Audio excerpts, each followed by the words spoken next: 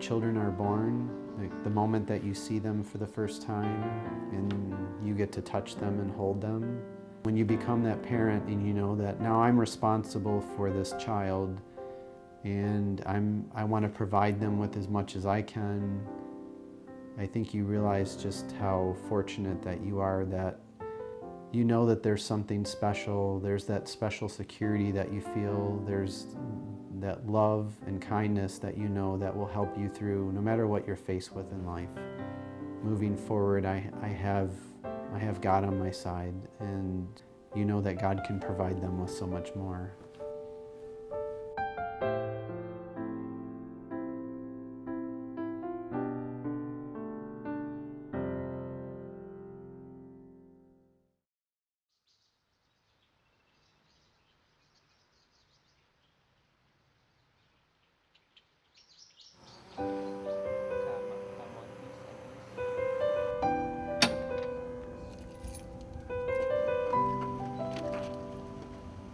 I'm Brother Jeff Wild from the locality of Detroit, and I'm a graphic designer / creative director.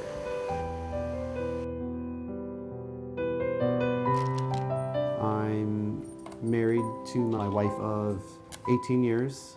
Her name is Sister R.G. Wild, and we have a daughter named Madison who's 14 who will be starting high school this year. And I have a son named Noah who's age 10 who's going into the 5th grade.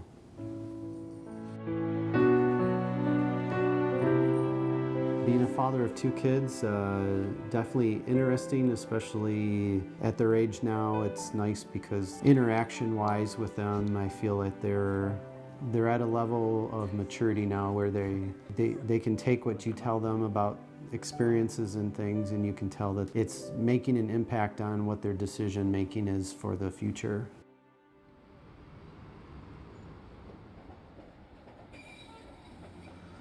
I think in today's age, it's harder to be a parent because of all the things that they're faced with. I mean, you watch the news and it just seems like everything on the news is negative things and bad things that have happened. George is on the scene in Florida where another community is in disbelief, shocked by devastating violence. Nearly 9 out of 10 high school students say that some of their classmates are either drinking alcohol, doing drugs, or smoking cigarettes during the school day. And a funeral is being held this morning in Florida for Rebecca Sedgwick. The 6th grader committed suicide last week. Authorities say she suffered nearly a year of cyberbullying. And you can easily get wrapped up into that and worry about how those things are going to impact you as a parent because they don't have the knowledge yet. They don't have the insight on things. And yet you have to stop and remember that they have their membership in the Iglesia, Cristo, Church of Christ. They have their faith, and what faith that we have, we're sharing with them and molding them in a way that they understand that these things are temporary. They understand that these things can affect them in some ways, and not to worry about it because they have ways of seeking for help in other ways that people in this world can't.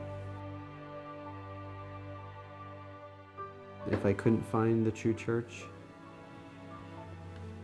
I would be losing out on one major thing, which is life beyond this life. I wouldn't have that promise. I wouldn't have that chance to make it in the holy city, to be saved. And I pray that, everyone in my family has that same option and I want them to stay strong so that when that end comes, we have something that you can't put value on. You can't get that promise anywhere else. I can't imagine what my life would be like without that.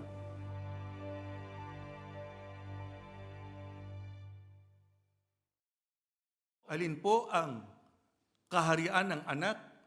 Doon dinala yung mga taong inalis na sa kapangyarihan ng kadiliman. Sila ang merong pamana. Makararating sila doon sa pangakong gantimpala ng ating Panginoong Diyos pagdating ng dakilang araw. Sila po yung mga nasa loob ng Iglesia ni Cristo. Kaya ang ating pagka-Iglesia ni Cristo ay napakahalaga. Kung meron tayong dapat na pagyamanin, higit sa lahat ng bagay, itong kahalalang ito na ating natamo mula sa ating Panginoong Diyos.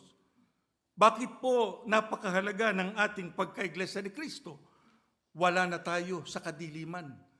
Inilipat na tayo sa kaliwanagan.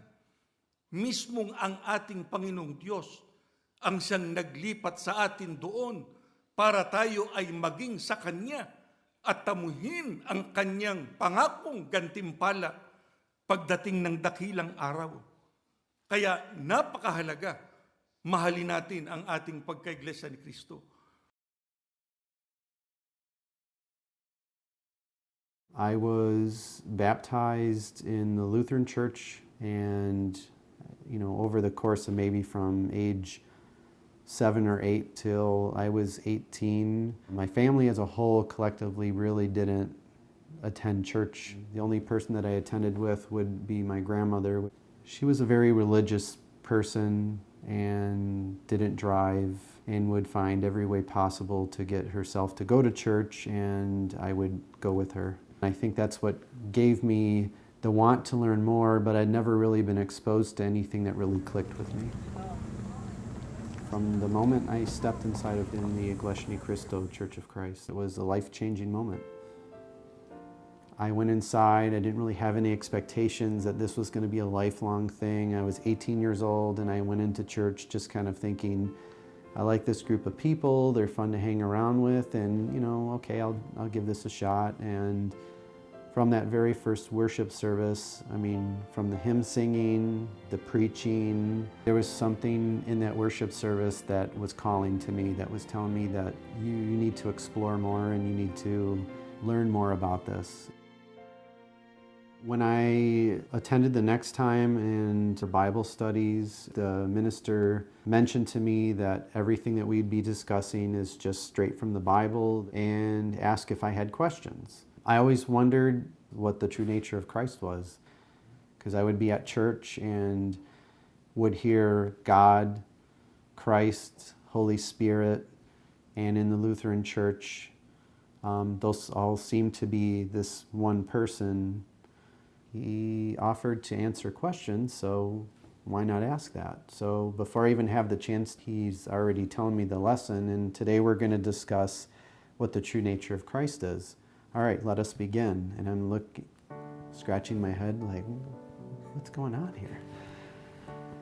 But would be pleasantly surprised that after that lesson's over, they've provided me with this information that's just straight out of the Bible that proves that those three entities are separate entities. They're not just one.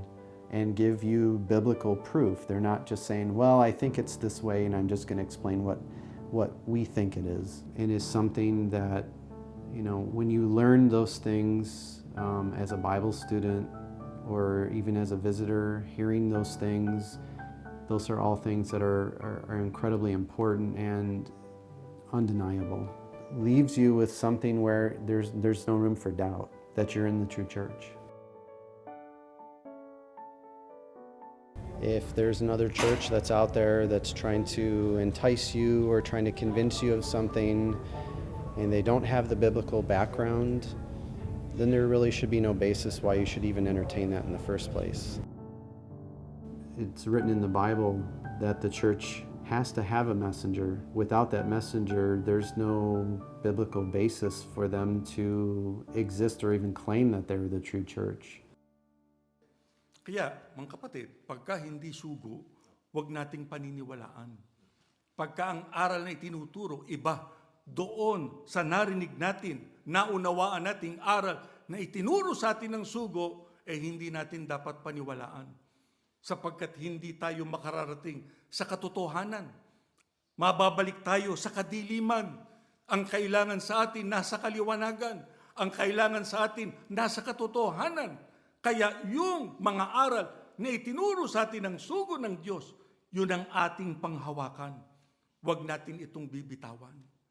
Kaya lahat tayo, mga kapatid, dapat ay patuloy sa ating pakikilahok sa mga gawain sa loob ng iglesia para malaman ng lahat ng tao ang katotohanan. Para nang sa ganon, ang mga tao ay makaalam nung kaliwanagang hinahanap na kinakailangan nilang mataglay. Para nang sa ganon, maging dapat sila sa paglilingkod sa Diyos pagdating ng araw ng paghukom.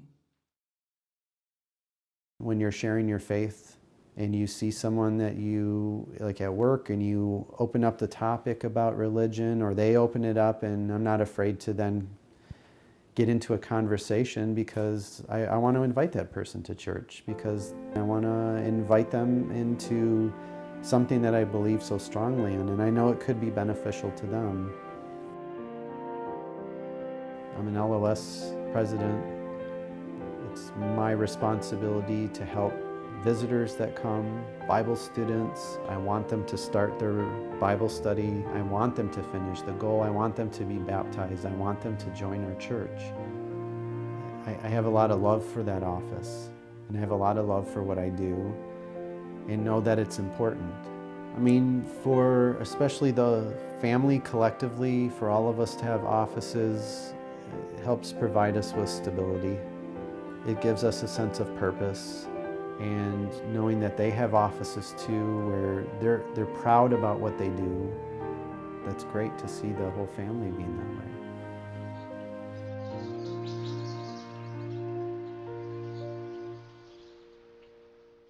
All of us have trials, all of us have hardships, we have problems, and it's those experiences that we have and those hardships and those problems that when we turn to God and ask for help in those, it helps bring us closer to God. My son had an accident. He was just a couple years old, was walking down the driveway. He tripped and fell and had the stick in his hand. His face went down and the stick impaled him right in his face. Not knowing what to do, we went immediately to the hospital. They couldn't really address the situation, so they transported him in an ambulance to a major hospital out in Ann Arbor. And then you get to the hospital and they're telling you all these things that could go wrong.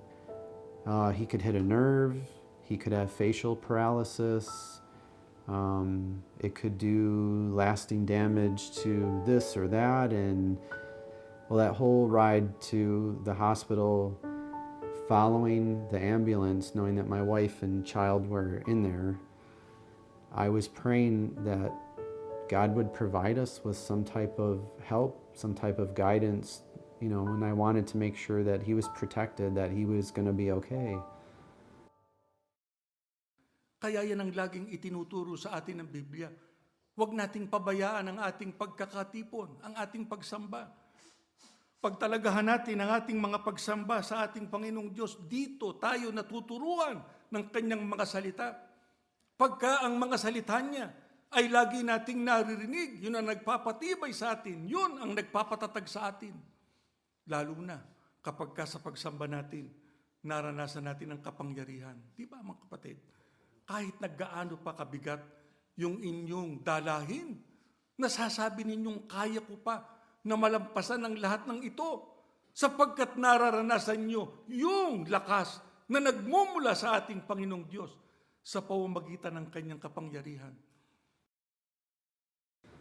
And when it was all said and done, the stick went into his face and missed 2 major nerves. The only lasting damage that it did is it gave him a scar that left him what everyone thinks is a dimple in his face. And everyone, when they see him smile, they go, "Oh, it's so cute, your son has dimples." You know, immediately knowing that when situations like that you're faced with, the first thing that you should do is you need to pray and you need to seek God's help in it, because God will help make sure that everything's going to be okay. There's people that will say that they're so lucky because they're fortunate because they have things in life like material things.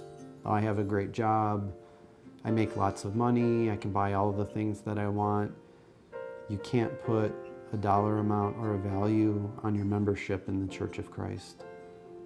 There's promises for us come the day of judgment that you can't find anywhere else. And I don't want to be caught outside when that day comes.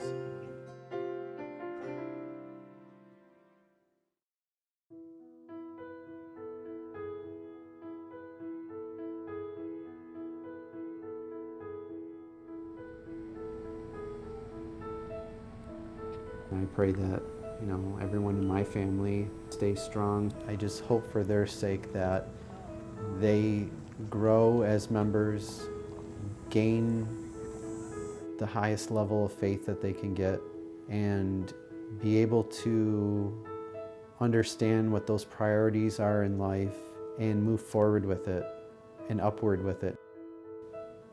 Just like with our chapel dedication, frequently I would have my son come with me, and I want him to be exposed with that experience to know that Dad comes home from work, he's tired from work. That doesn't mean that I just go and sit and watch TV. It made me feel good to know that I could go to church and offer some help and push ourselves closer to what that goal was, which was where we are today, being able to dedicate the house of worship, to be able to worship inside the sanctuary. So getting them involved to the point where it's satisfying to start see that they were now starting to say, "Oh, are you going tonight?" Instead of me asking, "Do you want to come with me? Are you going? Can I come along?" That means that they're starting to feel that same fervor that I have. I want them to build upon that when they're my age, they might be having the same conversation. I hope they have the same conversation about their kids, and that continues. For their benefit, there is no greater gift that a parent can give to their children than to have them as members of the Church of Christ. That membership is a bigger gift, and it provides more security than what my wife or I could ever offer them. And that's very comforting, knowing that they have that in their life.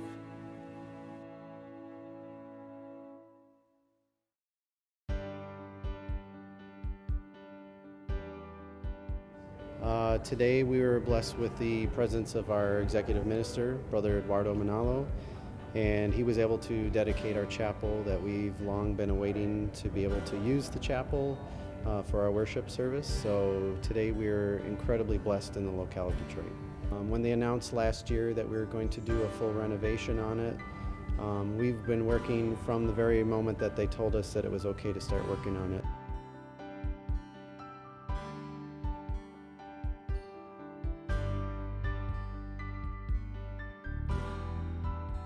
The house of worship is a place that we find refuge, where we find solitude. When we have difficulties and problems in life, this is where we come to, and this is where we think of first before you think of anywhere else. And if we want to come here and pray, we know that God will listen to our prayers here.